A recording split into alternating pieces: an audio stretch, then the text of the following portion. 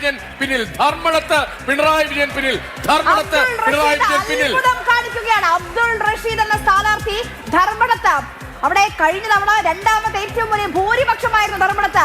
അവിടെ പിണറായി വിജയൻ പിന്നിൽ പോവുകയാണ്. ഇന്നലെ ഇത് നേരത്തെ പ്രൊഡിക്ട് ചെയ്ത ഒരാളുണ്ട്, അത് ആറന്മുളയിലെ UDF സ്ഥാനാർത്ഥിയാണ്. 10,000 വോട്ടിന് ആദ്യത്തെ 2 റൗണ്ട് കഴിയുമ്പോൾ പിണറായി വിജയൻ പിന്നിൽ പോകുമെന്ന് അബിൻ വർക്കി പറഞ്ഞിരുന്നു. അത് യാഥാർത്ഥ്യമാവുകയാണോ?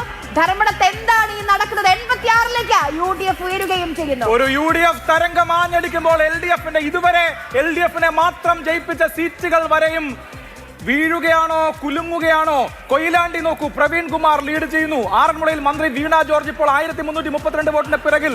തൃക്കരിപ്പൂർ ഇതുവരെ LDF-നെ മാത്രം ജയിപ്പിച്ച് ശീലമുള്ള തൃക്കരിപ്പൂരിൽ UDF സ്ഥാനാർത്ഥി സന്ദീപ് വാര്യർ 1821 വോട്ടുകൾക്ക് ലീഡ് ചെയ്യുകയാണ്.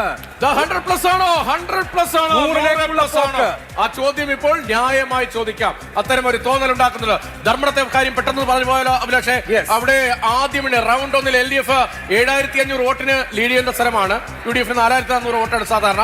3200 വോട്ടിന്റെ ലീഡ് ലഭിക്കേണ്ടതാണ് 1ാം റൗണ്ടിൽ. പക്ഷേ ധർമ്മടത്ത് മുഖ്യമന്ത്രി പിന്നിൽ എന്ന് പറയുമ്പോൾ അത്ഭുതകരമാണ്. ചെമ്പിലോട് പഞ്ചായത്തിന്റെ ഭാഗങ്ങളാണ് ആദ്യം എഴുതുന്നത്. 31 മുതൽ 48 വരെ. പിന്നീട് അഞ്ചരക്കണ്ടിയാണ്. അഞ്ചരക്കണ്ടിയൊക്കെ CPM-ന്റെ കോട്ടയാണ്. റൗണ്ട് 1 LDF 3200 വോട്ടിന് ലീഡ് ചെയ്ത ഇടത്ത് റൗണ്ട് 2 1300 വോട്ടിന് ലീഡ് ചെയ്തെടുത്ത് റൗണ്ട് 3 2400 വോട്ടിന് ലീഡ് ചെയ്തെടുത്തത് ധർമ്മടത്ത് പിണറായി വിജയൻ പിന്നിൽ എന്ന് പറയുമ്പോൾ അഭൂതപൂർവമായ ഭരണവിരുദ്ധ വികാരത്തിന്റെ സൂചന.